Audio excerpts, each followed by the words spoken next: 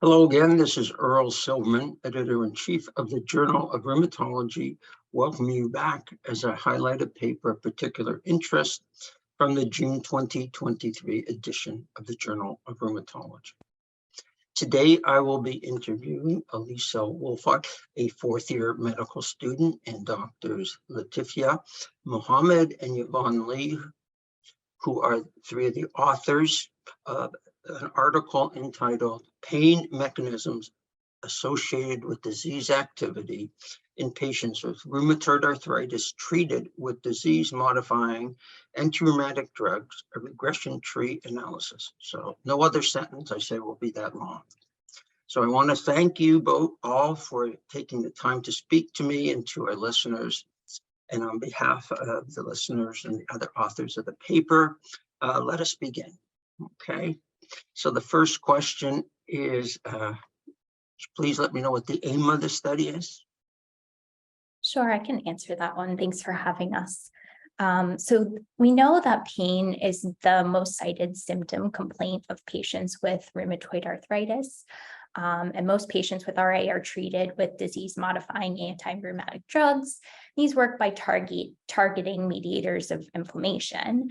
However, patients don't always have improvements in their pain, even with DMARD treatment, which likely reflects that not all the pain results from inflammatory sources. It's likely that some of the pain results from dysregulated central nervous system pain processing. So with this in mind, our study aimed to explore the relationship between pain mechanisms and disease activity measured by the DAS28 in individuals treated with a DMARD. We utilized regression tree methodology to determine which pain mechanisms best discriminate between RA patients with different levels of disease activity after starting a new DMARD treatment. And regression tree methodology allowed us to use an agnostic approach, allowing the data to really tell us which pain mechanisms most influence disease activity. Okay, any further to add? Oh, good. Right. Now, moving from that to who did you study? What was the entry criteria? And how many patients were studied? Sure. So the study utilized data collected from the SPIRA study, the Central Pain and Rheumatoid Arthritis study, which was conducted by our group. SPIRA is a prospective observational study that enrolled patients across 5 U.S. academic centers. Study criteria included patients meeting the 2010 ACR criteria for rheumatoid arthritis, and patients starting DMARD treatment either with a new DMARD or switching to a new DMARD because of active disease. Participants were assessed just prior to starting a new DMARD and approximately 3 months after starting their DMARD. And patients in our analysis included only those with some disease activity, so we excluded anybody in remission, defined as DAS28 score at baseline of less than 2.6. We also only included patients who completed both baseline and follow-up study visits in our analysis. So in total, we had 176 of the participants enrolled in SPIRA included in this study. 84% of patients were female, mean age was 55.2. Patients had on average a mean RA disease duration of 10.9 years. And about 75% were seropositive. 58% of the participants were adding an additional DMARD to their treatment or switching to a different DMARD rather than completely newly starting a DMARD. And of those switching DMARDs, 29% were switching from a TNF inhibitor. Did I hear you wrong? I thought I heard you say 25% were rheumatoid positive. I thought you meant 75% were seropositive. Okay, might be my ears, sorry. No. Sorry if I misspoke. It's okay, probably me. And so some of our listeners won't really aren't familiar with decision tree analysis. So if somebody could please outline the methodology and the principles behind it, and why would you use this methodology for this study? Sure, I can do that. I served as the lead biostatistician on this study. Decision tree analyses with fit within the framework of machine learning algorithms. Decision tree methods allow us to build a predictive model. And there are various types of decision tree methods. For our study, we used the regression tree methodology to identify pain mechanisms most predictive of disease activity after DMARD treatment. Regression tree methodology was used because our outcome was a continuous measure. Our outcome was -28. And so within our regression tree, we were able to include different types of predictor variables or predictor measures, including baseline -28, and then also quantitative sensory testing measures. And so we are able to also determine the optimal threshold. And when I say threshold, I mean like a cutoff point for those different measures, predictor measures that we included. So when you're looking at our final tree, you're able to kind of go through each level and kind of determine, okay, what was the baseline range for -28 that was most associated with our outcome? I hope that's helpful. Yes, thank you. It's very helpful. Again, continue with methodologies. What methods were used for your quantitative sensory pain testing, and what parameters of pain did they measure? Because that was your primary outcome. Right. Yeah, we used 3 different quantitative sensory testing modalities. The first one being pressure pain threshold, the second being temporal summation, and the third being condition pain modulation. So pressure pain thresholds are used to assess hyperalgesia, which is a term used for enhanced pain sensitivity. So we used a small handheld device called an algometer. And so this is our algometer right here. It has a rubber tip attached to a pressure gauge. And so we just put this against the skin somewhere. Let's say here, I'm not doing an exact kind of location, but and we press down to exert pressure. And you can see the amount of pressure exerted there. And so this basically gets you a pain threshold. And so we basically ask the patient or the participant when they first feel the sensation of pain, and that's their pain threshold. And we do that at both joint sites and non-joint sites to get a sense for whether hypersensitivity occurs only at joint sites, which may be indicative of a more peripheral process associated with, say, joint inflammation, or whether it's kind of just all over, which may be more indicative of a central process related to abnormal regulation of pain by the brain and spinal cord. And so that's pressure pain thresholds. Temporal summation and condition pain modulation are more the dynamic quantitative sensory testing measures, which are thought to reflect distinct pathways of central nervous system pain regulation. And so temporal summation is thought to reflect ascending pain facilitation. And we use this weighted kind of probe. There's a weight, and you can't really see, but there's a tiny pinprick end right there. And so we basically just tap it against the skin 10 times. Again, not showing you the exact location, but just the kind of process. And we ask patients to rate their pain to the first tap and then to the 10th tap. And then most participants will tend to rate the 10th tap as more painful than the first. And the difference between the two is a reflection of ascending pain facilitation. And so the last one was condition pain modulation, otherwise known as CPM, which is thought to reflect the descending endogenous pain pathways, primarily pain inhibition. So under normal circumstances, the brain downregulates pain perception in response to a painful stimulus. And so you can think of this as being potentially evolutionarily advantageous, because let's say, you've been bitten by a lion causing pain. Well, you definitely want that pain to feel that pain and notify you that something's wrong. You don't really want to be incapacitated by that, and you want to be able to fight or run. So basically, the initial pain stimulate activates these inhibitory pathways that kind of downregulate your perception of pain thereafter. So in the research setting, we exposed participants to different noxious stimuli. In this study, we first used pain thresholds used by the algometer to assess pain thresholds at the trapezius. We then asked them to submerge their hand in a cold water bath to activate these inhibitory pathways, and we assessed their pain threshold again. And so when these inhibitory pathways are intact, the pain threshold at time point 2 is higher than that at time point 1 before the cold water bath submersion. And so for this study, we just took a ratio of those two methods, those two measurements. So the time point 2 pain threshold to the time point 1 pain threshold to be our measure of conditioned pain modulation. So levels greater than 1 indicate some level of activation, whereas those that are close to 1 or under don't activate. Thank you. That's very helpful. So now that we understand what we did, would someone would like to give us the results and Sure. what you found?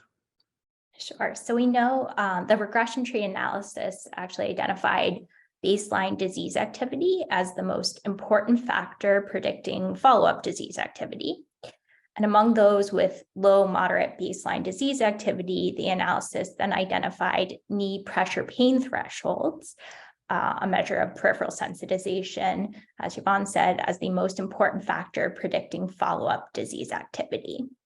And then among those with high baseline disease activity, the analysis identified conditioned pain modulation, a measure of endogenous pain inhibition, as Yvonne said, as the most important factor predicting follow-up disease activity. So ultimately, we ended up with 4 groups with different levels of disease activity 3 months after starting DMARD treatment. Group 1 was the group with the lowest disease activity at follow-up, with a mean follow-up DAS score, 28 score of 2.8. And at baseline, participants categorized in this group had low moderate disease activity and baseline knee pressure pain thresholds greater than 4.65 kilograms force, which was indicative of a low peripheral pain sensitization. Also, the mean baseline pain intensity for this group was 4.3 out of 10 on a numeric rating scale. The second group, group 2, had moderate levels of disease activity at follow-up with a mean follow-up DAS 28 score of 3.5. At baseline, participants in this group had low moderate disease activity, but knee pressure pain thresholds that were less than or equal to 4.65 kilograms force, which was indicative of a higher level of peripheral pain sensitization. And then mean baseline pain intensity for this group was also higher at 5.8 out of 10. The third group had moderate levels of disease activity at follow-up with a mean follow-up DAS 28 score of 3.4. Notably, this group did have the greatest improvement in disease activity of all the 4 groups, with the mean DAS 28 decreasing from 5.8 at baseline to 3.4 at follow-up. At baseline, participants categorized in this group had high disease activity and conditioned pain modulation greater than 1.55, which was indicative of efficient activation of their endogenous pain inhibitory pathways. And then the mean baseline pain intensity for this group was 6.2 out of 10. And then our final group, group 4, had the highest mean disease activity at follow-up with a mean follow-up DAS 28 of 4.6. And at baseline, participants categorized in this group had high disease activity and conditioned pain modulation less than or equal to 1.55, which was indicative of more inefficient endogenous pain inhibition. Also, this group had a mean baseline pain intensity of 6.7 out of 10. Thank you. It strikes me when I listen to this, being a pediatric rheumatologist, and it always amazed me how, like, before we had treatments, how these kids with 20, 30 active joints would get by. And I think these mechanisms help us explain, especially when you don't know any better. And you just get used to, I think it's the idea you get used to pain and your body adapts. This whole principle you were discussing of central pain tolerance, for want of a better way, my simplistic way of thinking about it. So they're very interesting results. Thank you. Would you like to add anything, Yvonne, Lutfiyya? Okay. And, you know, the question I always ask people, even the best studies have some limitations. So could you just please highlight, for those who haven't read your article, what you believe are some of the limitations of your paper? Yes, absolutely. So, one of the limitations is sample size. We started out with 176 participants, which may not seem small, but is on the smaller end for regression tree analyses. And in our case, after categorizing these participants into groups, one of the groups, in particular, group 3, only included 15 participants. So I think that, may affect the precision of our estimates, obviously. In addition, there are a few limitations related to the quantitative sensory testing.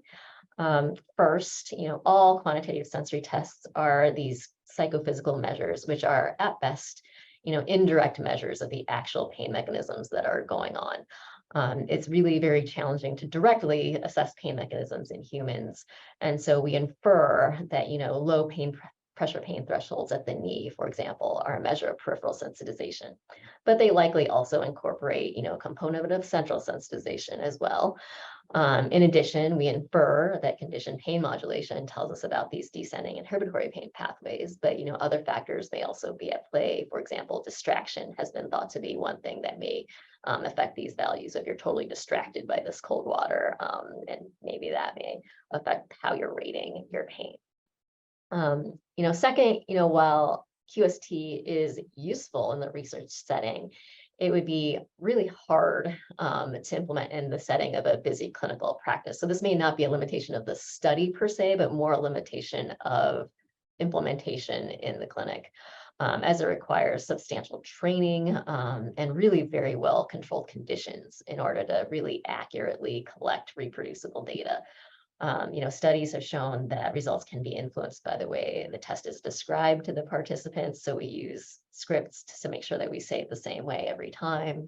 It's limited by who's conducting the test. So we made sure, or tried to make sure as much as possible, that the same person was doing the test before and after. Because other studies have shown that, if a man does it versus a woman does it, people may respond differently. The conditions of the room affect things. If you were in a very busy room versus, in a research study room that's quiet and you're the only person there. So those are just some of the limitations of quantitative sensory testing. Thank you.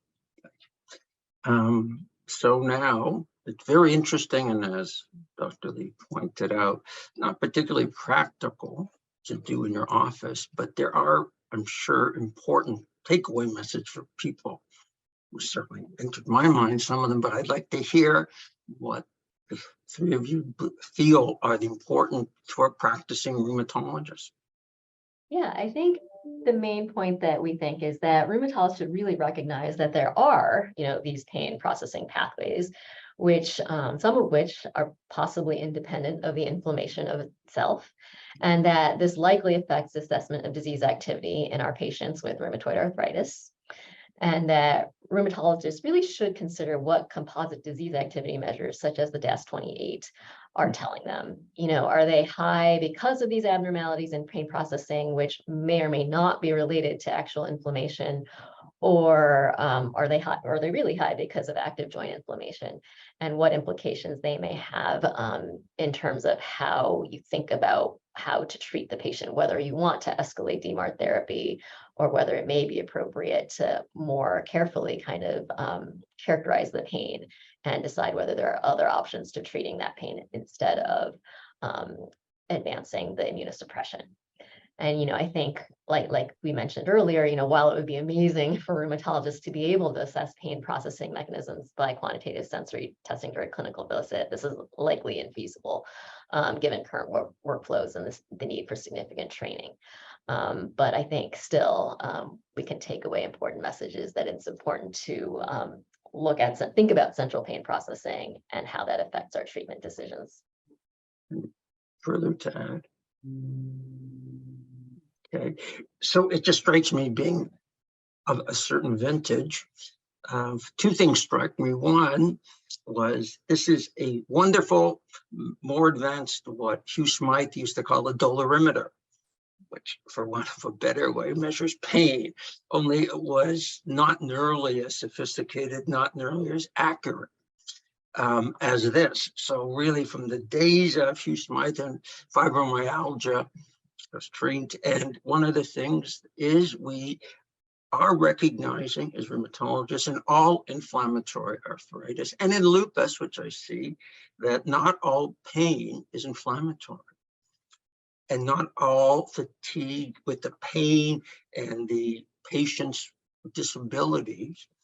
I'm sorry, that's probably not the way to put it. How it affects the patient's life is not necessarily required escalation of therapy, as you pointed out. So I actually think that something like this in a clinic could work when you do what Dr. Lee was saying, where you do it over the joint and in another place, which is not at the joint. And that was sort of what I was taught. Is the pain coming from the joint, or is it periarticular, or even more distal? So I want to thank you for excellent outline of your work and your excellent work.